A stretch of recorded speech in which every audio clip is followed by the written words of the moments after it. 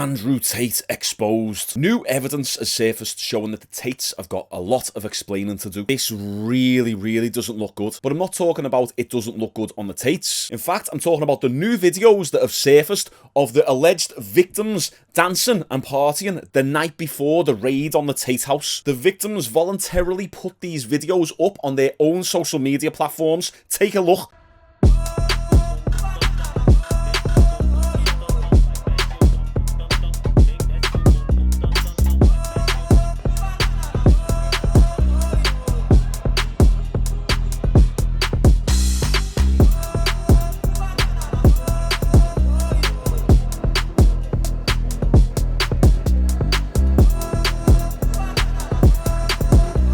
So there's your new evidence. If you clicked on this video wanting to see Andrew Tate exposed, unlucky mate. Ha ha! Get lost. Unfortunately for the haters out there who potentially clicked on this video, there's no evidence. Sorry lad. But now because they know there's no evidence there for the human trafficking case, they're starting to look into money laundering now. So you can clearly see what's happening here. They wanted to put them away because they were speaking out against the establishment. Realised that there's no evidence showing that. In fact, there's evidence disproving that even happened. And now they're trying to switch the charges into something else. But now we've had multiple victims and women come out and say that they weren't trafficking them.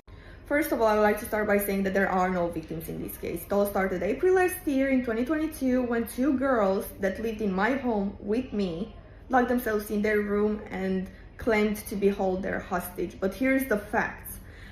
When the authorities and the police broke into their room, raided our homes, they forgot to mention something really important, and that's that the key was in their room on their bed.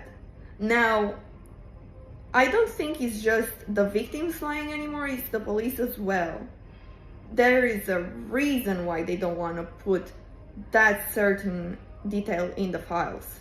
And it's pretty obvious. This is all about some election in 2024 and the vacant spot for the decode leadership that the prosecutor wants. The police know that there was no crime and they are holding the Tate brothers locked with no evidence because they think it's good for Romanian politics. Now, the other two victims that the police claim to be involved in this case are me and Beatrice.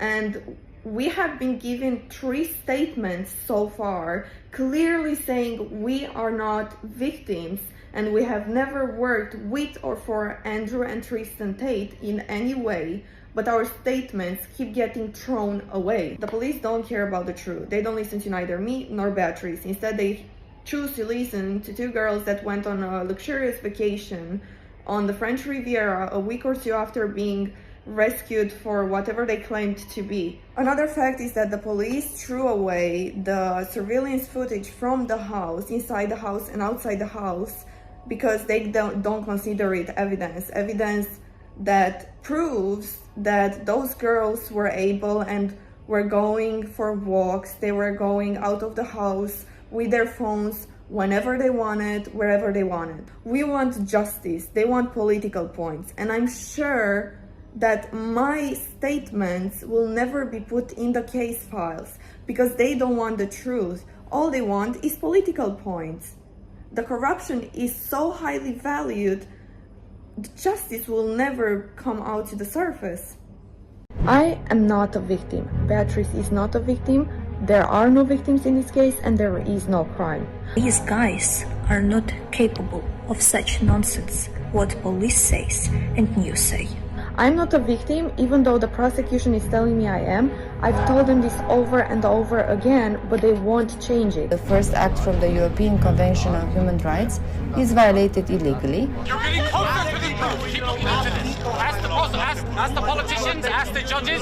You're getting closer to the truth. Here on the Shaun Jones channel, we stand for everything that is associated with strength. Physical strength, mental strength, resisting the powers that be and being a good man, always trying to self-develop. And rule number 1, don't listen to the media. I don't know a teenage boy who doesn't follow Andrew Tate. He's not appealing to a tiny audience. You've got to bear in mind he had 4.7 million followers on Instagram. My own son's been showing me videos for ages. Now, he takes quite a blunt approach to things like you can't trust the government, this crisis is overblown, it's all about control, break free through the matrix, be successful, overcome depression. It's all really good stuff, actually. And they'll find him wherever he is. I mean, is he findable now? Of course, he's on Rumble, and when he moved to Rumble, Rumble's daily traffic went up nearly 50%. The thing is, you can take him off social media. You have not made the world a safer place. What you've done is, in effect, radicalise a generation of young men. They were not radicalised by his message. I tell you what they're radicalised by, why he's been removed from social media. I interviewed several teenage boys about this. What they think is that Andrew Tate was too powerful, and they recognise that governments have people removed from the internet they don't like. So what you have is a generation of young men who know that there's been a blow against free speech. Andrew Tate's messages don't trust the government. All this will do is reinforce that.